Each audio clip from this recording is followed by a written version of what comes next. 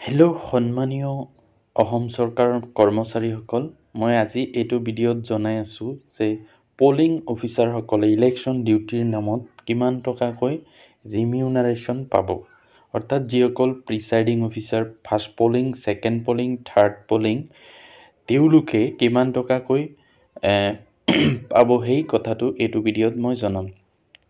আগতেও এনেকুৱা এটা ভিডিঅ' দিছিলোঁ যদি তাত গোটেই অফিচাৰসকলে বা গোটেই যিসকল ডিউটিত থাকে তেওঁলোকৰ কিমান টকাকৈ পাব সেইটো জনাইছিলোঁ। ইয়াত কেৱল পলিং অফিচাৰসকলে কিমান টকা পাব সেই কথাটো জনাম। আপোনালোকে শেষলৈকে ভিডিঅ'টো চাব। তো বলক ভিডিঅ'টো আৰম্ভ কৰোঁ।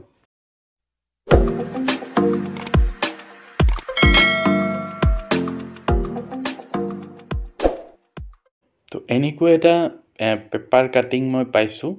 তো হয়তো এনেকুৱাই হ'ব আপোনালোকৰ ৰিমিউনাৰেশ্যনটো।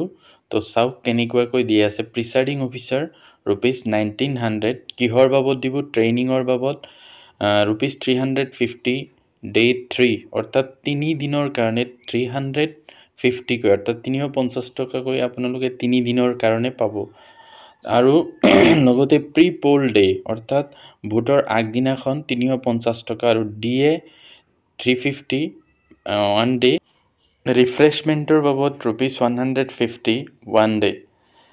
তো এইকেইটা মিলাই কিমান হয়? 1900 টকা হয়, 1900।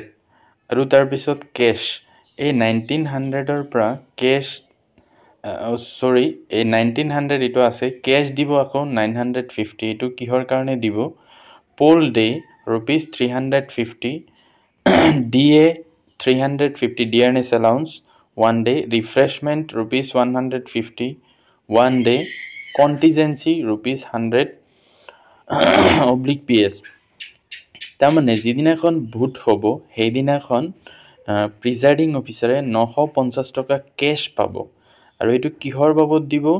যে 350 টকা এই ভোটিং দিনটোৰ কাৰণে, অৰ্থাৎ এই যিদিনাখন ভোট হয় সেই দিনটোৰ কাৰণে। আৰু DA অৰ্থাৎ ডিয়াৰনেছ এলাউন্স পাব 350 টকা সেই দিনটোৰ কাৰণে।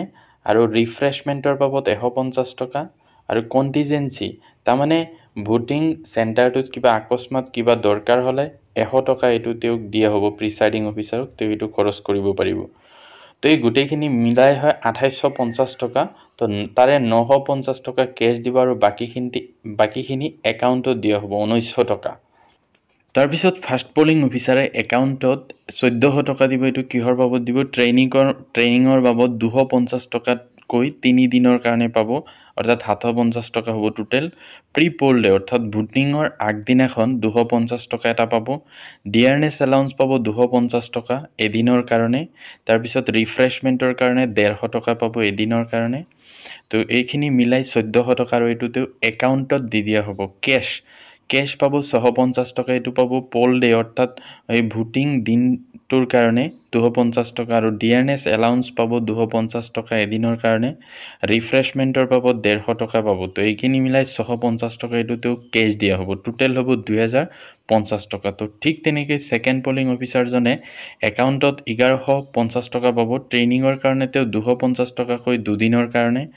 প্ৰি পল ডে, অৰ্থাৎ ভোটৰ আগদিনাখনৰ কাৰণে 250 টকা, আৰু ডিয়াৰনেছ এলাউন্স 250 টকা, আৰু ৰিফ্ৰেছমেণ্টৰ বাবদ 150 টকা এদিনৰ কাৰণে। তেনেকৈ 1150 টকা তেওঁক একাউণ্টত দি দিয়া হ'ব।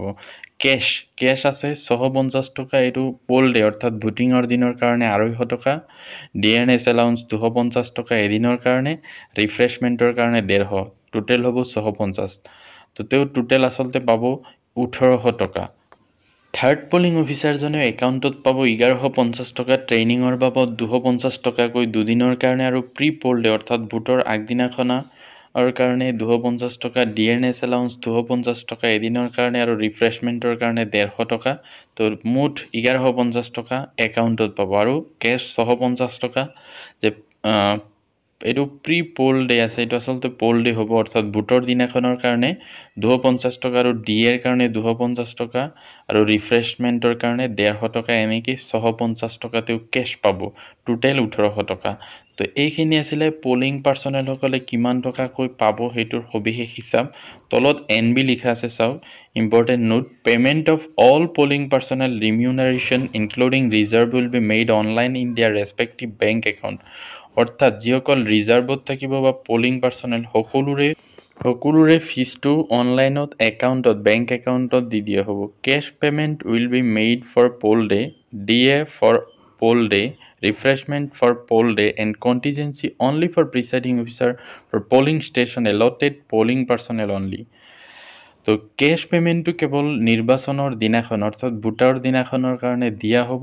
আৰু এইটো দেখা পাইছে বাকী পলিং পাৰ্চনেলসকলে কিহৰ বাবদ পাব, যে ডিএৰ কাৰণে, ৰিফ্ৰেছমেণ্টৰ কাৰণে, আৰু কণ্টিজেঞ্চি আকস্মিকতাৰ যিটো 100 টকা, এইটো কেৱল প্ৰিচাইডিং অফিচাৰক দিয়া হ'ব কিবা দৰকাৰ হ'লে। Payment for poll day, DA for poll day, refreshment for poll day and contingency will not be made for reserve polling personnel.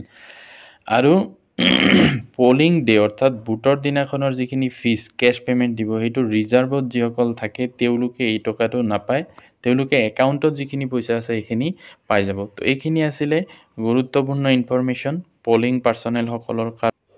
আৰু এটা কথা কৈ দিছোঁ, আপোনালোকক হয়তো ইয়াতকৈ কম পইচাও দিব পাৰে, কাৰণ আপোনালোকক যিখিনি খোৱা বোৱা কৰাই তাৰ কাৰণে হয়তো পইচা কিছু কাটি দিবও পাৰে, গতিকে এইখিনি আপোনালোকে নাপাবও পাৰে। কিন্তু এইটো একচুৱেল যিটো হিচাপ এইটো আছিলে এইখিনি। তো ভিডিঅ'টো ভাল লাগিলে লাইক আৰু ছাবস্ক্ৰাইব কৰি দিব। Thank U.